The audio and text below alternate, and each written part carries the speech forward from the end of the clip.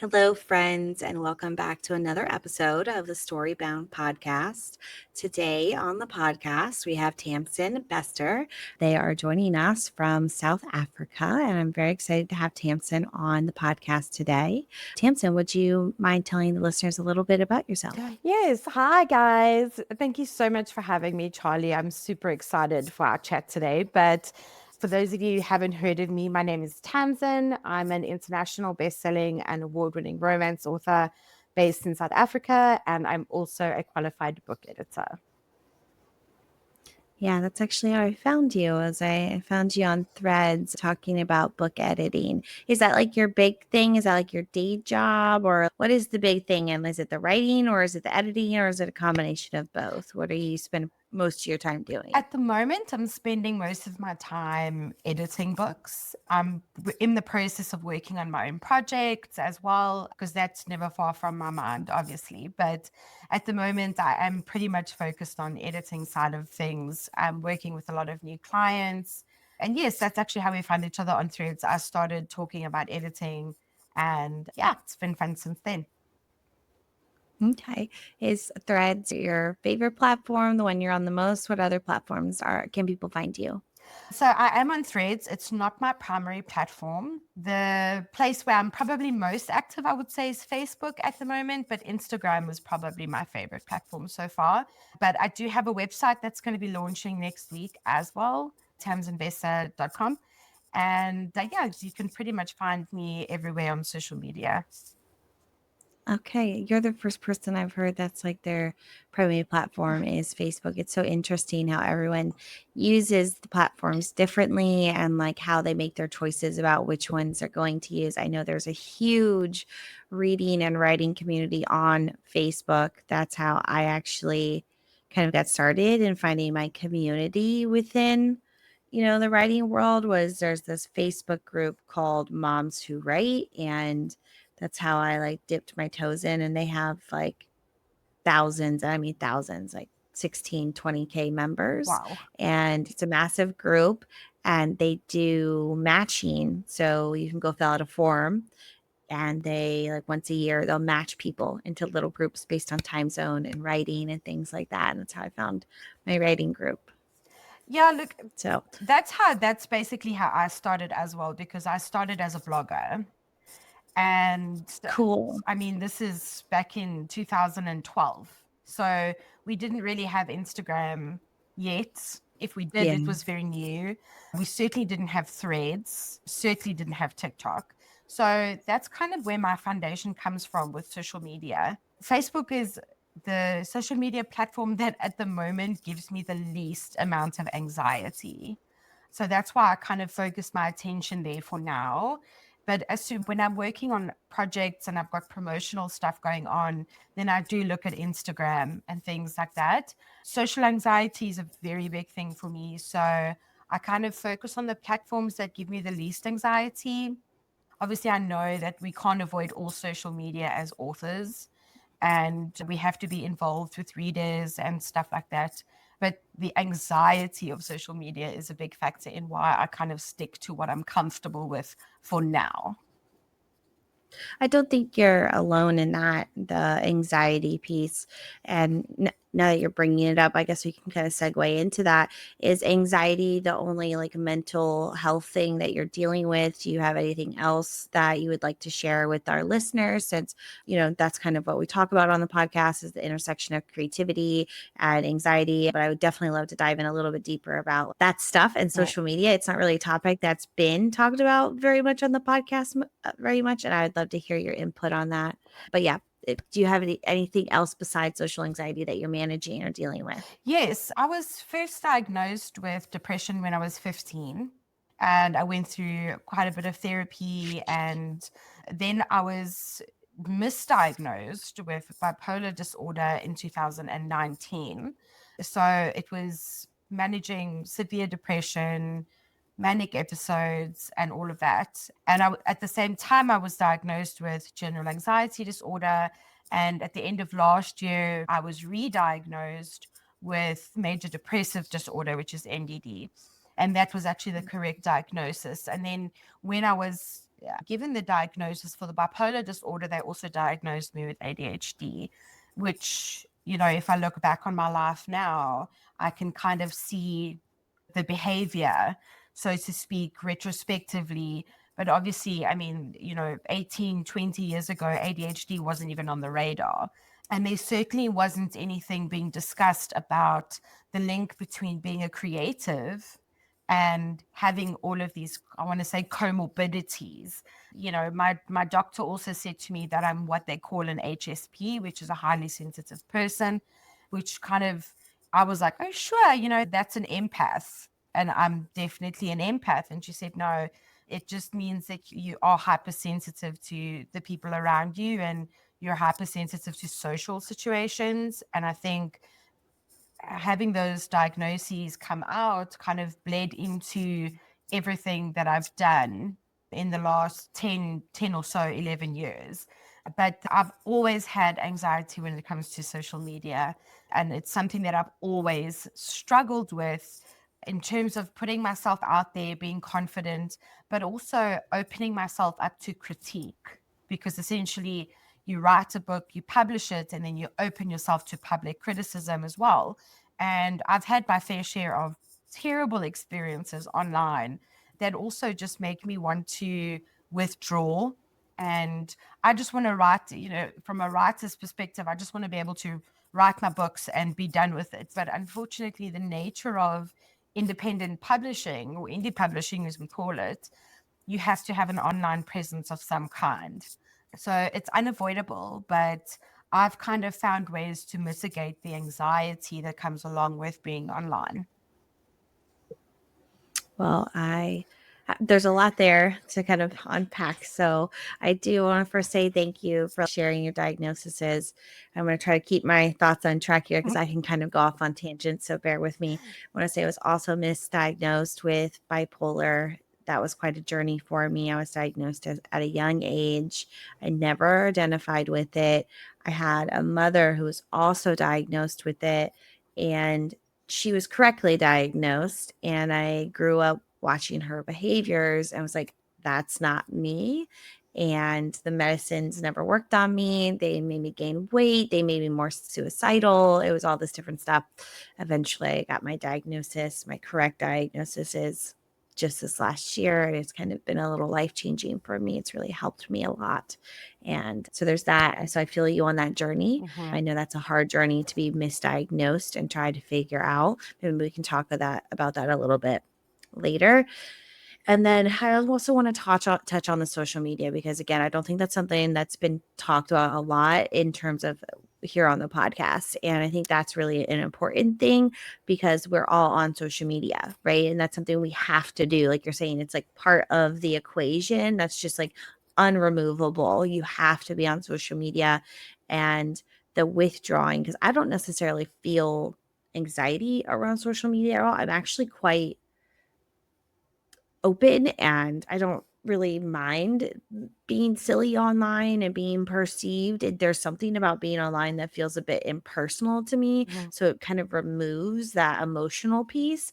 But what I have problems with is just like this overwhelming want to withdraw. Like I often feel like it's a creative drain to be on social media all the time and producing content, you know? And so it's people are on, like the big creators, like creators who I follow that have tons of followers, they're online every single day. And I just don't have that capacity within me. Do you struggle at all with that kind of like daily grind of putting stuff out there so people can find and reach and see you, that you exist? Yes, and it's been incredibly hard over the last, I want to say, 2.5 years, because the last series that I co-authored, the series did pretty badly. So what was left of my confidence, so to speak, took a knock, and we were publishing a book a month, and we Wow. did that for 7 months, and we didn't see the results that we wanted. And I actually, at that point, I decided that I was going to stop writing and go back to school and get another degree in the creative field so that I could do something else. I'm very big on qualifications. I love studying. I'm a big nerd. And writing just wouldn't go away for me, if I can put it that way. So I have been offline a lot. And especially when I found out that I was misdiagnosed, because that's basically like going to rehab. What a lot of people don't talk about either is the fact that when you have a misdiagnosis after 3 years of being medicated for a condition that you don't have, you've got to now get your body off of all that medication. And it's hard. And my former psychiatrist was very happy to prescribe new things every time I said I feel anxious, or I'm not coping with the depression. So instead of going through talk therapy, she would say, okay, let's up the dosage of this or up the dosage of that. So when it came time to get off of all of those things, I reached a breaking point and I went offline completely.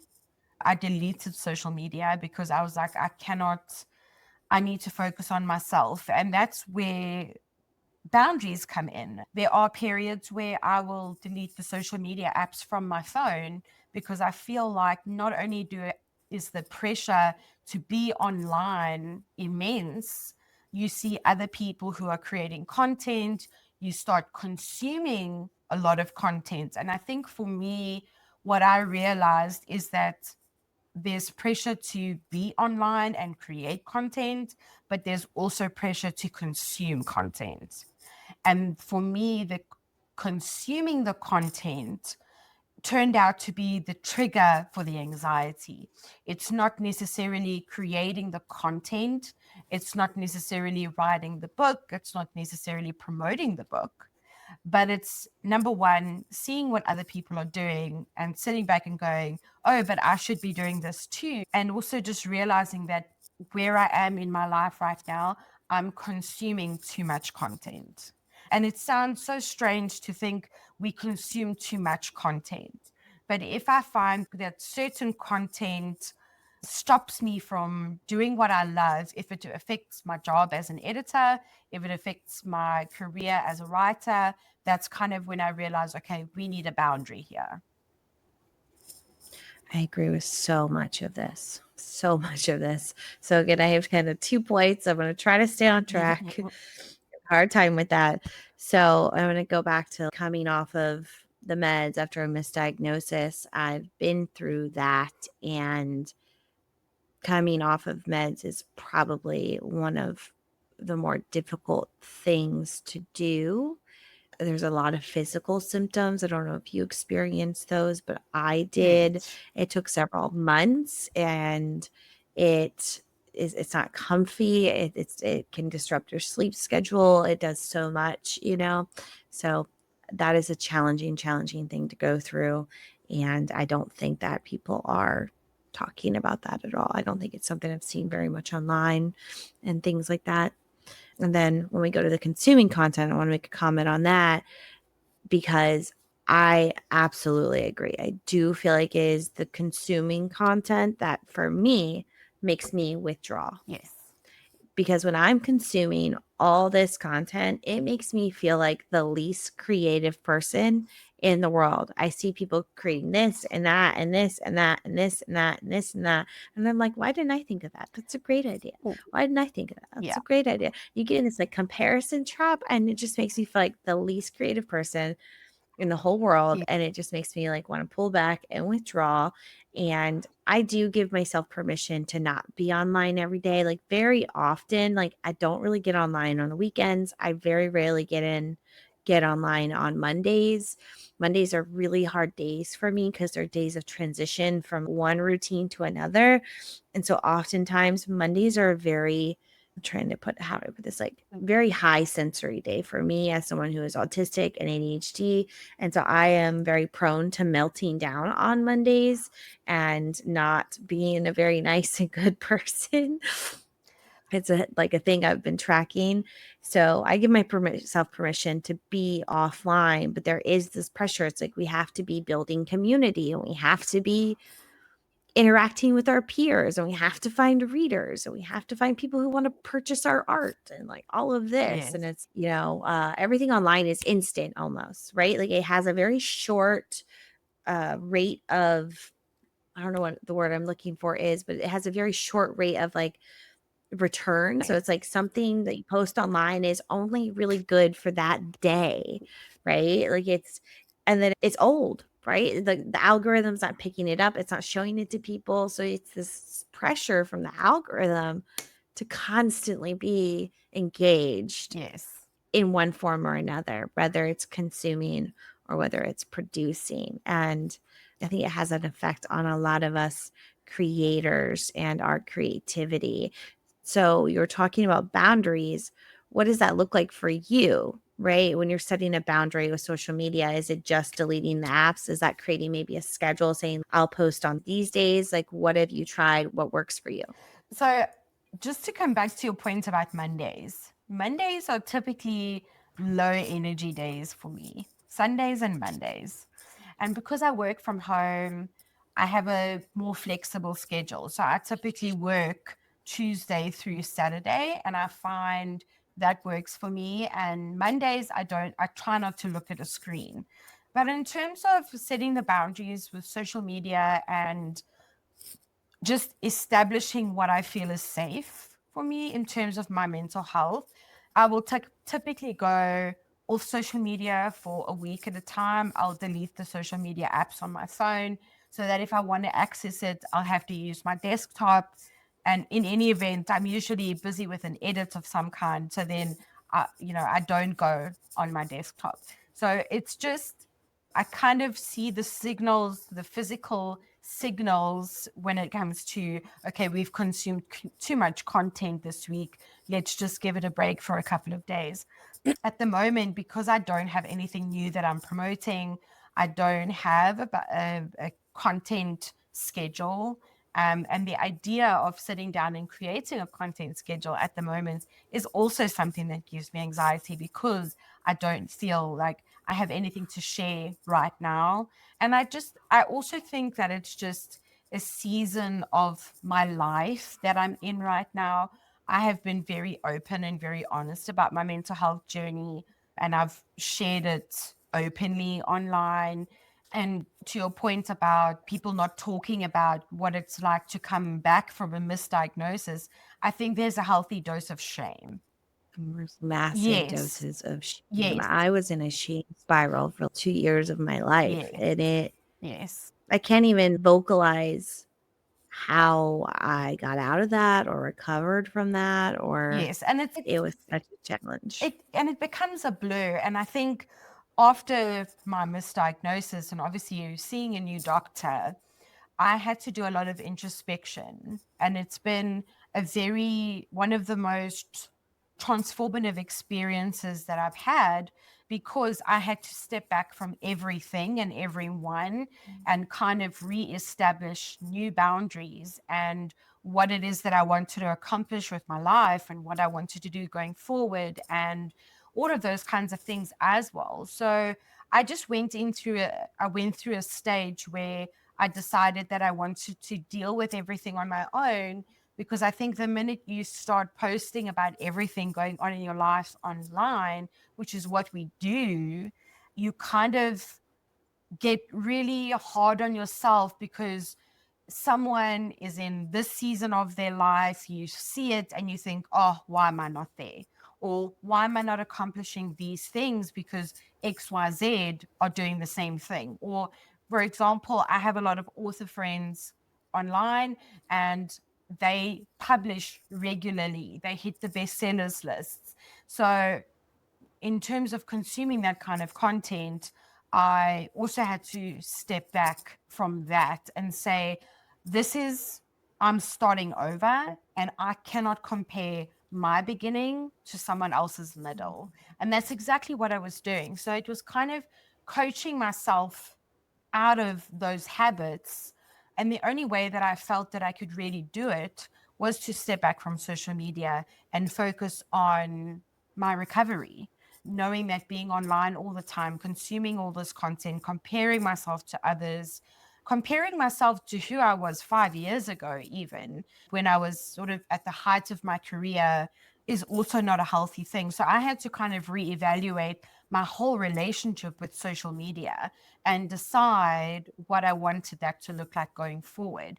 And if that means I'm offline 1 week a month, then that's what it is. And I don't beat myself up about it. I don't put pressure on myself to change it, because I know that at the end of that week, when I do log on again and I start consuming content specifically, I'm not as hard on myself because of where I am right now.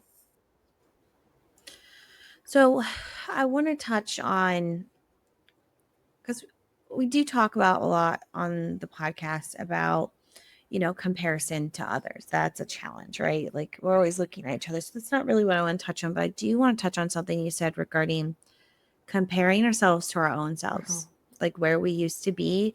That is something, again, I don't think is talked about a lot, especially when we go through difficult and challenging times in our life, right? So for me, I'm constantly comparing myself to who I was in my 20s, which was this girl who was misdiagnosed, who was approaching burnout. I was spiraling massively, and I didn't really know it. I knew I was screaming for help and no one was listening, but I compare myself to this girl who was like taking on the world, where I was doing all of the things. I was working full time. I was raising two kids. I was doing bodybuilding. I was doing roller derby. I was doing all of the things, and I was running a house.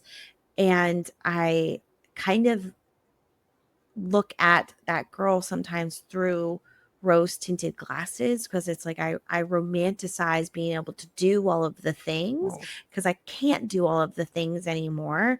And I have to realize that, like, it's that girl who got me here. Like, she had no idea, like, when she was doing all of that stuff, that she was approaching burnout, she was not accommodating herself. So I do sometimes think that, like, looking back on our past selves can be really challenging. And it's not something that I would personally recommend. It has not helped me very much, like looking back and being like, this is where I was, like, because again, it leads to that shame spiral, Yeah. right? I was in the height of my career. I was doing this, I was doing that. And you're looking at life now and you're like, ew, everything is not what it was. It makes you feel a lot of ways, but that's not what I want to focus on. I just want to say that is, I think, something that, again, is not talked about enough, is comparing ourselves to our own selves, our past selves. But what I would like to kind of dig into a little bit more is, you were talking about coaching yourself, kind of where you stepped back and you were taking care of you, right, Mhm. after your misdiagnosis and trying to heal. Other than stepping back from social media when you need to, deleting apps, like, what are some other tools or resources that you used on that journey? It was actually, aside from the social media, setting boundaries was incredibly difficult for me, because I was in the process of coming out of a very abusive and narcissistic relationship with a parent. And that's in itself is traumatic, because I cannot divorce my parent. So walking away, it's not the easiest thing. So I think the starting point for me before I could even establish boundaries was, what do I want? What do I asking myself in this season of my life? What do I want? And once I got clear on that, I could start saying, okay, but in order to get to that point, we need to take the following steps. And I'm very much a person, I don't need to see the whole staircase. As long as I can see 2 or 3 steps ahead of me, I'm happy to climb, because I know that how the staircase looks is going to change. So I got Mhm. clear on things that I wanted. I Therapy was a very big part of my recovery and learning about my boundaries. And I can never understate the importance of speaking to a professional, just so that you can get a better understanding of yourself.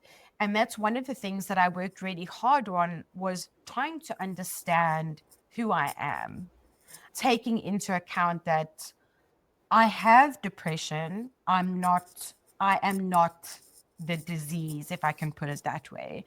I have Yeah. ADHD. I'm not the ADHD. And for me, the power of I am is so important. And I don't think people really pay attention to it, because when you say, I am depressed, you become the depression and you allow it to define you. So it was changing the way that I speak to myself. A lot of people will say, oh, but meditation, journaling, tarot cards, all of that stuff can help. And to a certain degree, yes, they can. But it's such a personal process that journaling doesn't work for me. I'm very honest about that. So when I've realized it didn't work for me, I started meditating. When meditation didn't work for me, I was like, okay, let's try something else. And it was really through the process of self discovery that I found what does work for me. And it is simple things like disengaging online for days at a time. It's also being really quiet with myself. And I'm not a religious person by any stretch of the imagination. I'm a spiritual person. I do believe in a higher power, and communication, prayer with that power is also something that worked for me. I know it sounds very woo, but it's no different than a someone who believes in God praying to God. And that's Mhm. kind of what it was. And it was just having reevaluating conversations that I've had with myself and understanding that what I say to myself is the most important conversation that I will ever have, because it doesn't matter what someone else says to me. Opinions are far and wide, but what I say to myself at the end of the day is going to define who I am now and who I become. So for me, it was really getting in tune with who I am and understanding that who I am now is not necessarily who I'm going to be 5 years from now. And that's okay. I am who I need to be right now to get through this season of my life. Yeah, you're exactly who you need to be right now in this moment.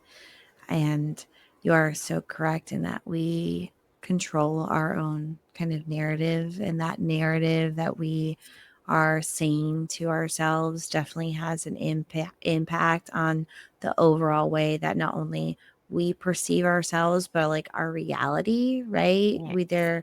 There's energy in our thoughts, and our thoughts can often control us and consume us. So I do think the language in which we are using to refer to ourselves is important, because if you are berating yourself, if you're, I'm stupid, or I'm dumb, or I'm a terrible person, that is going to have an impact on your overall mental health and the way that you perceive yourself, within reality. Mm. And then that's going to kind of trickle down to the way that you act and behave as you move through the world.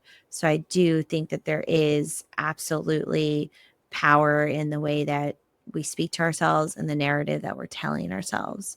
And so we do have to be careful about that. And when I was in the height of my depression, I definitely had a lot of that kind of negative language towards myself.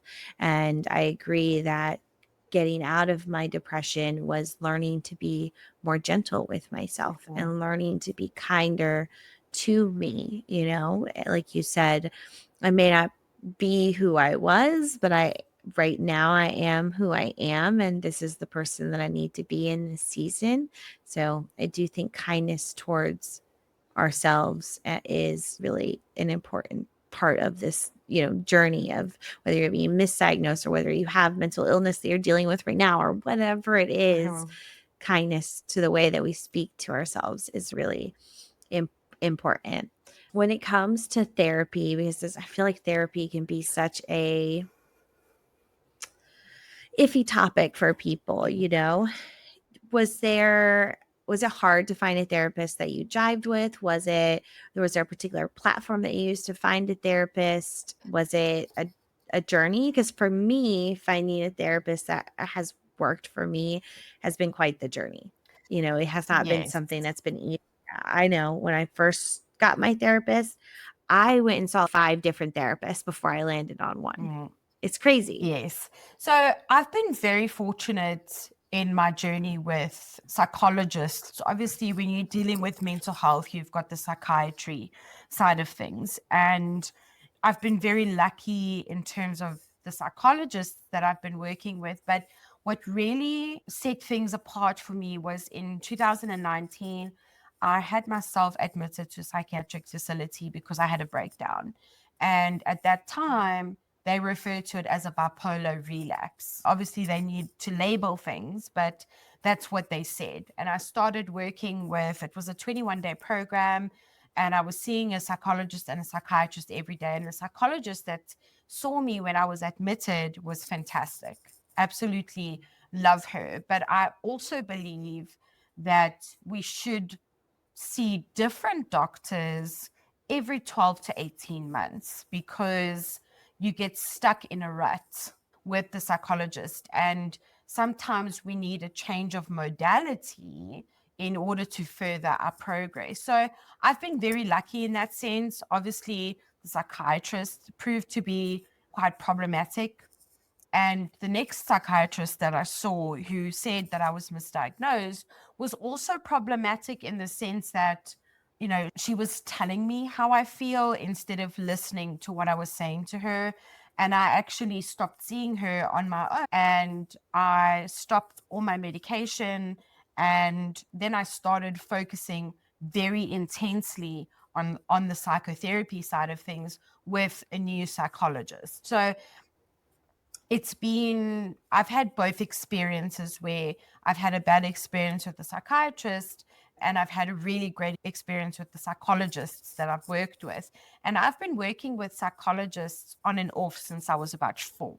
So I've been very fortunate in that because I think when you start working with someone who is going to do things like hypnosis, or if they're going to start on rewiring your brain and helping you think differently, it can go wrong if you're with the wrong person because these are permanent, not permanent, but lasting effects on your psychological self. So I've been very fortunate in that I have worked with people who, number one, understand me, and number two, people who listen to me and people who have guided me through my process. So in that aspect, I can say that I have been very fortunate to work with people who understand me. And I work with a doctor now who's not a psychiatrist, but she understands me. We've been working on a new treatment plan since April, and it's been a great experience so far. So I've been very lucky in that aspect. I loved your advice though of changing psychologists or therapists every, you said 12 to 18 Mm-hmm. months. That's not something I don't think I've ever intentionally done, but I think it's something that I have generally done because I do feel like there becomes a point when you're with a therapist that things just kind of like the benefits that you're receiving kind of Yes. taper off, right? Because it's like you've received all the knowledge and help from that particular perspective Yes. that is helpful, right? And so you have to kind of move on to get a different, fresh set of eyes Yes. or perspective and treatment and modalities and things like that. And so I've never thought about like intentionally changing. I think I've just done it because I've been like, oh, this therapist isn't really resonating with me anymore, Or after, yeah. it's just a case of, and I think a lot of people are too shy or too, they don't quite want to believe, but I think your brain has this way of saying to you, okay, we've reached our potential with this particular Mhm. person. We now need to look for what's next. And I Mhm. don't think I'm ever going to be someone who will not see a therapist because I see immense benefit from it. But there was a big difference between the psychologist that I was seeing before my misdiagnosis came out and the psychologist that I started seeing after the misdiagnosis. And I'm still seeing that therapist now. And we focused very heavily on my creativity because coming off of a misdiagnosis, it honestly felt like I had no creativity left. And it took a while for me to accept that because I was on so much medication for a condition I didn't have, it was the medication that was doing that. And I needed the psychologist that I'm seeing now to help me understand that there wasn't anything wrong with me. It was my body was being pumped full of chemicals. And we Mhm. cannot operate at peak for long periods of time if our brains are being chemically altered by medication. So it was also just developing that understanding that there was nothing wrong with me. I wasn't a bad writer. It was the medication that was doing it. So I also had to change my relationship with medication. I'm on the bare minimum now. And if we need to change a dose, I ask why. I don't just say, okay, just give me a new script. So again, it also came down to that process of self discovery and learning to ask questions first instead of just taking what the doctor says at face value. So it was a process of self-love, I think, and a process of intense reflection, I think. And again, I had help getting into finding what that process looks like by seeing a professional. It sounds like you really started self advocating.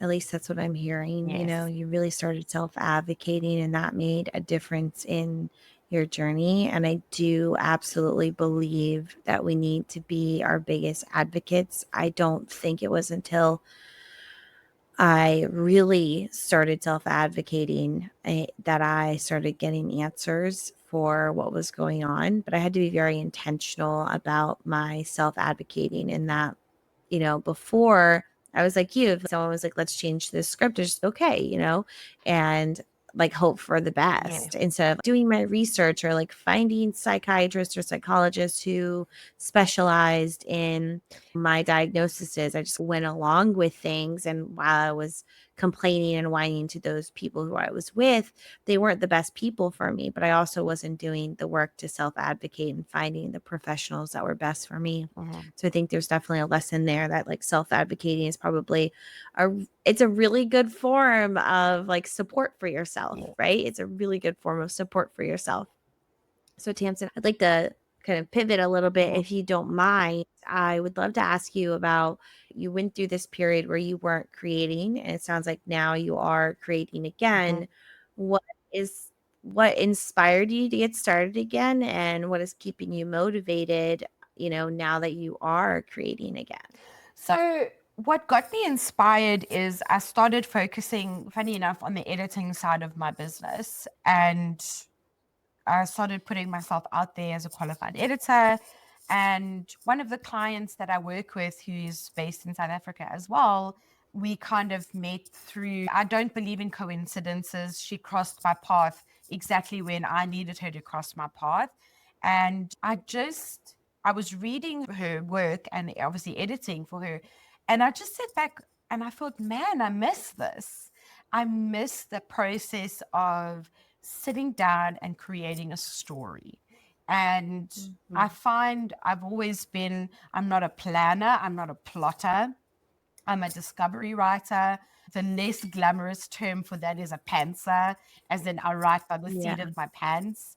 But I missed that, and I'm going to touch on it, but I missed the dopamine rush that comes Mhm. from sitting down, writing something, and getting completely obsessed with what you're doing. And I missed that dopamine rush. And this client said to me, but you've accomplished all of these great things. You're an award winning author. You're a bestseller. Like, why are you not doing this? And I actually sat back and I said, but why am I not doing this? So, Mhm. but, again, I had to go through this process in order to get to that point and realize that writing is not something, for me at least, that I see as a job. Writing is my ultimate passion. If you had to say to me, I can only choose between editing and writing. I can't do both.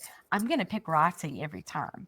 And that's saying something because I love editing. I love working with authors. So it was just that spark came back and I was like, this is what I want.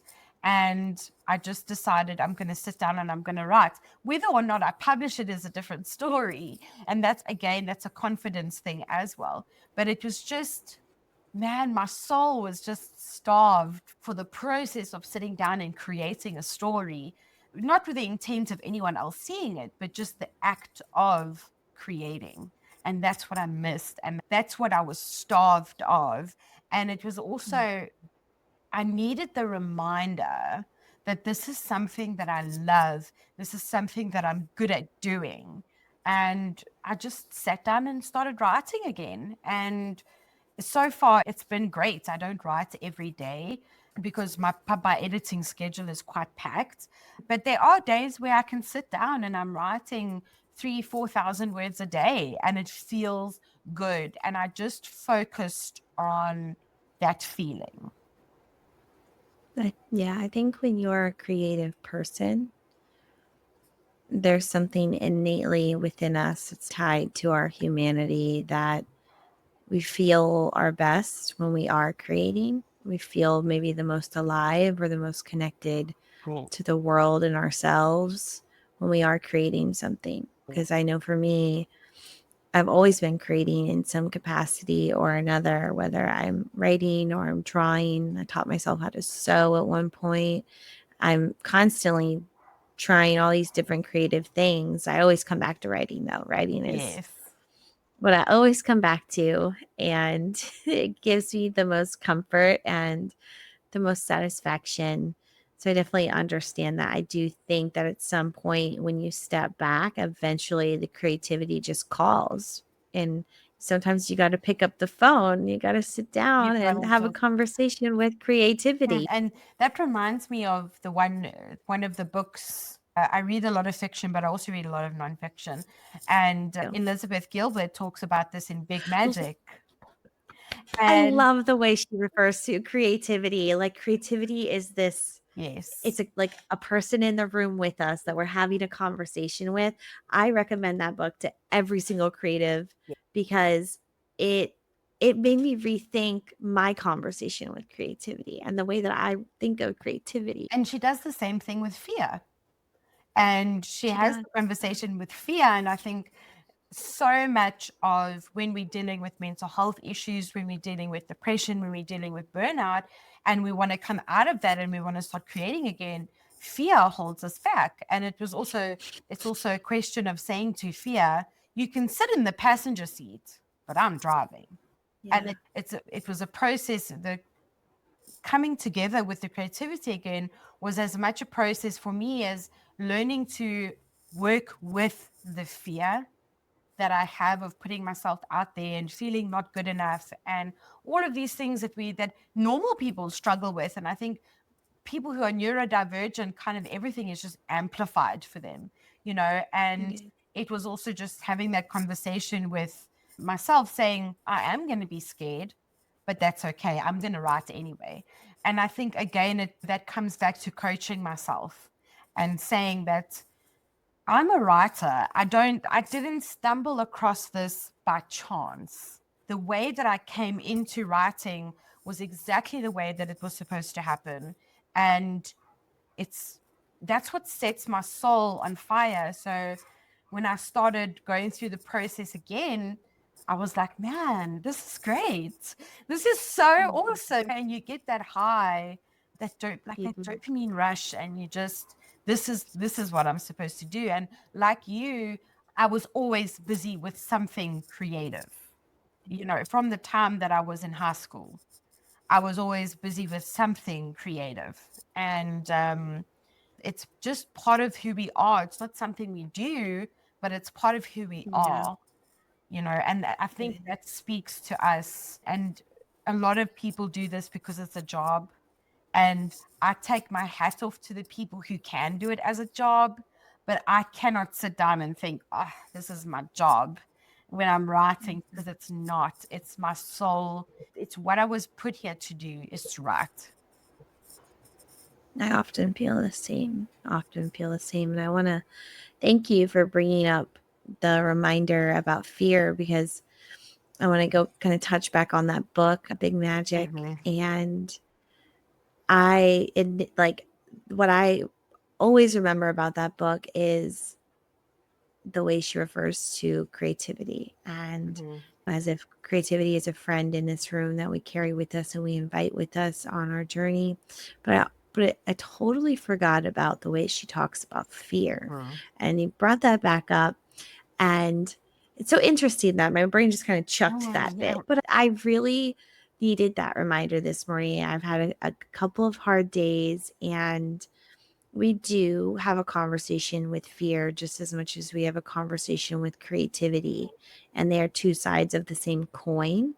And that just makes me rethink, kind of about that what we were talking about earlier, the way we're talking to ourselves Yeah. and things like that. Like, I need to think about the way I'm having this conversation with fear. So definitely going to sit with that for the rest of the day and think about how I can have a kinder conversation with fear and invite them along, but not let them be in the driver's seat. Absolutely. And So thank you for that reminder. I think the other thing with fear for me, and it's something that I've also realized throughout this recovery process as well, is, and it's a quote that I saw that really resonated with me, that said, "Fear and faith require the same thing, and that's the belief in something we cannot see."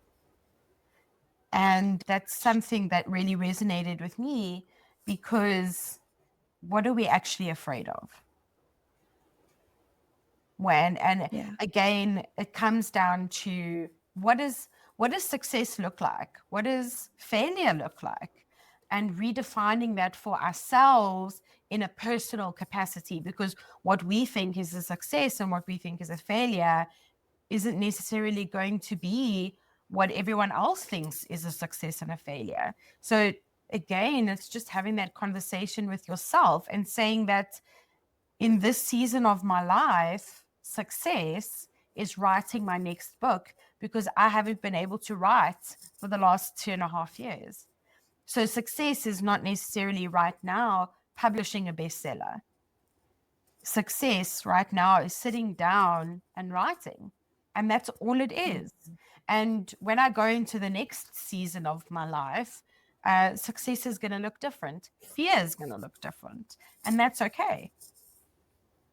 I think you have a good point in that success changes with our season and where we're at in life. And we need to kind of honor that within ourselves, that my version of success right now is not what my version of success was in my 20s, and it's not going to be what my version of success is in 5 years. It's an ever changing target. It's not this static thing out in the distance that's always going to be like the hallmark of the epitome of our success. It is a thing that ebbs and flows. So I think that is absolutely a great reminder for all of us. And kind of, again, you're making me think, oh, okay, how am I looking at success? We definitely have some thoughts and things that I want to write down after this podcast. You've just been so wonderful and really got me thinking. And I honestly think I'm gonna start listening to Big Magic again. Just it's like something I reread every year. It's such a good reminder, and it gets me so in touch and with my creativity and lights me up. So Yes. definitely gonna go back to that. I want to know, so we've talked about so many different things, and we are getting close to the end of our time. So I just want to touch on one more topic before we close out. And I want to know, what is community like for you? Before we started the podcast, you had mentioned being in South Africa and you're pretty removed from your community. Yes. What does community look like for you? Is it a part of your journey? Is it important to your journey?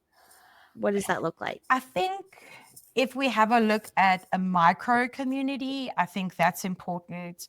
And by micro community, I mean my family.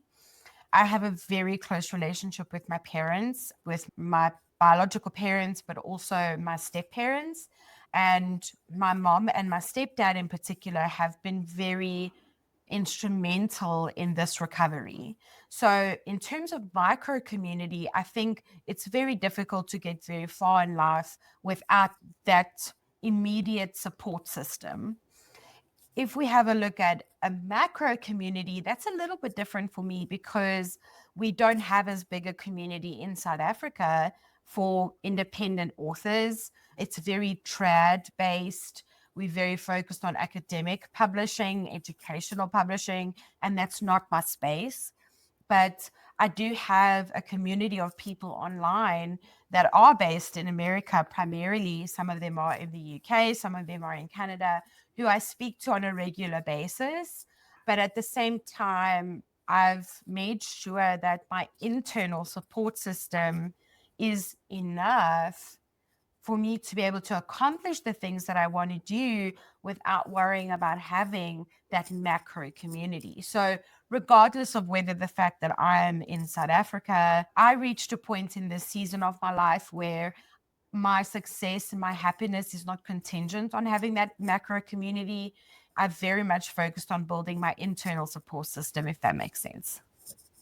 And no, it makes a lot of sense. I've been having a lot of conversations in my own head with my own self about what community looks like and what I need in terms of community. Because I think what we all need in terms of community is different. I think that we all do need community in some aspect, Mhm. but what sort of community you need more of and how much you need of it and how much interaction you need within the community, it's all different, right? Like some of us are more extroverted, some of us are more introverted.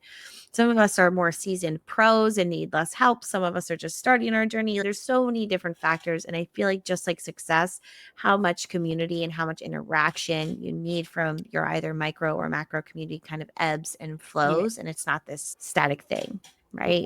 Like It's cyclical, and it's it very much ADHD, depression, bipolar disorder. Everything happens in cycles. And I think if there was one piece of advice that I could give my younger self before all of this started, was to understand that everything in life is seasonal, it's cyclical. mm, People are going to come in and out of your life. And I think for me, I also had to realize that the community that I had 5 years ago is not the community that I have right now. And that's okay because the community I had then served its purpose. And the community that I have now, the community that I'm building with other people, and the community that I have within myself is what I need in this season. And I think if I could honestly go back to my younger self, I would just tap her on the head, patronizingly and say, don't worry, these things are seasonal. And I love approaching my creativity that way. I love approaching my mental health that way in terms of everything is seasonal. There are certain things in life. If you think about when we go into winter, in order for spring to come, things have to die, things have to go away in order for something new to come about. And that's kind of how I approached a lot of my recovery, is that I could no longer be that version of myself to become the person that I am today. But at the same time, I'm grateful for who I was 5 years ago because, man, she did a lot of heavy lifting. She did a lot of mhm. heavy lifting in order for me to be who I am today.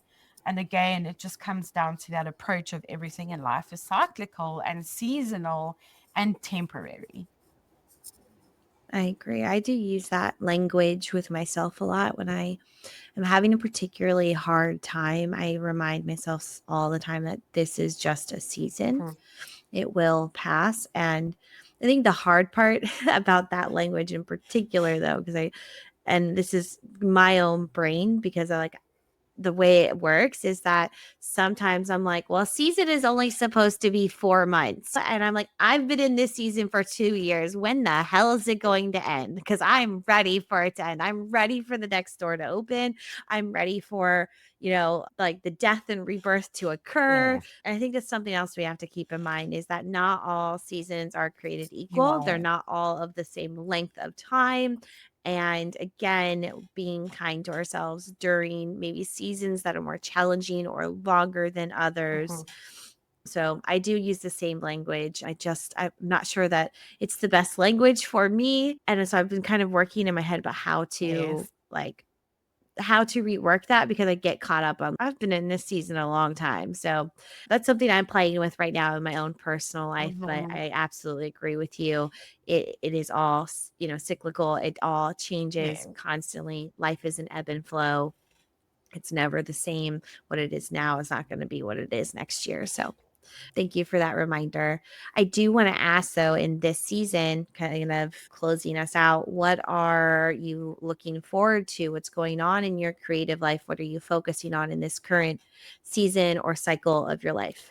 So at the moment, I'm very excited to be back in the editing space, but I am thinking a lot about my goals for the future. I'm working on new projects in a personal capacity that I'm hopefully going to be able to publish in 2025 and 2026. And I just think, in general, in this season of my life, I'm very much focused on taking one day at a time and being gentle with myself, but also reminding myself that the toughest part of this season has passed. So I can actually start looking forward to what comes next. And I think to be able to just in general be excited about life again is what makes me happy at this point in my life. I'm not where I want to be in my life right now. In this season, it's very difficult. But at the same time, I appreciate the fact that I can actually just look forward to waking up every day and doing something that is creative, whether it's editing, whether it's formatting, whether it's writing, whether it's working on something as simple as my website. I think one of the biggest lessons that I've taken out of this long season of my life is to start enjoying the little things. Little things for me, going having coffee with my mom, having a phone call with a client, little things that fill my cup, and stepping away from things that don't fill my cup. So, Mm-hmm. focusing on the things that give me that creative excitement and give me that creative fill, as opposed to things that drain my energy, which, again, the social media, too much consumption taps my energy. It doesn't fill the Yeah. well. And I want to get to a point where I can identify, okay, we're getting to the point of too much. Let's take a break and focus on something else. No, it's beautiful. It's absolutely beautiful. You've had some really wise words today, Tamsyn, like really wise words. You've gotten me thinking. I'm really excited to share this podcast with our listeners. I think they'll get a lot of value in it. So I just really want to thank you for being here. And I know we talked about it in the beginning, but I want to give, our listeners a quick reminder. Mhm. Where can people find you? Okay, so my website is hopefully being launched next week. That's tamsynvestor.com. Very excited about that project. We've been working on it for months. But otherwise, people can very easily find me on Facebook. I'm pretty active on Facebook. They can also find me on Instagram, also under Tamsyn Investor. Unfortunately, I'm not on TikTok. I am not a TikTok baby. Videos make me incredibly nervous. But yeah, I do enjoy it when readers reach out. So Facebook, Instagram, and pretty soon my website as well. And thank you very Well, much for having me. I've thoroughly enjoyed our conversations. good, good. I'm glad. You've been such a joy to have on, so I appreciate that. One last question, just to wrap everything up. I ask everyone this question: what is something your readers or our listeners? Let's assume that our listeners are familiar with you, that they know who you are. Yes. What is something that they wouldn't know about you? What is something you don't talk about often? Maybe a hobby or an interest, or something quirky about yourself. Um, I am, I want to say, currently obsessed with fantasy, but the idea of writing a fantasy novel scares me.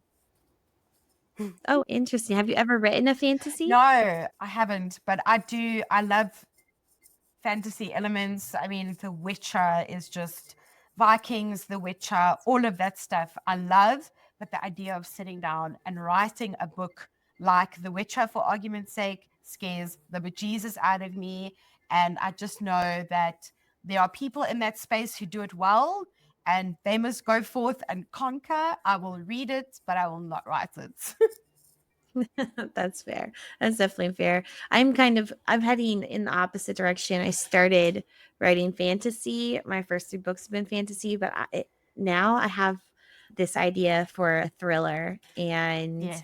like a horror thriller Okay. book, and I've never written that, and so I've been reading a lot of horror thriller and like psychological thriller because I need to know like how do I write this thing. So I want to encourage you, if it interests you, give it a try. Even short stories that might help get it out of your system, Yes. even if you don't do anything with it. Yes. But fantasy is lovely. Fantasy is lovely. So thank you, though. Thank you, Tamsin. Thank you very much. Um, thank you, everyone, for being here, and have a good day, everyone. Take care.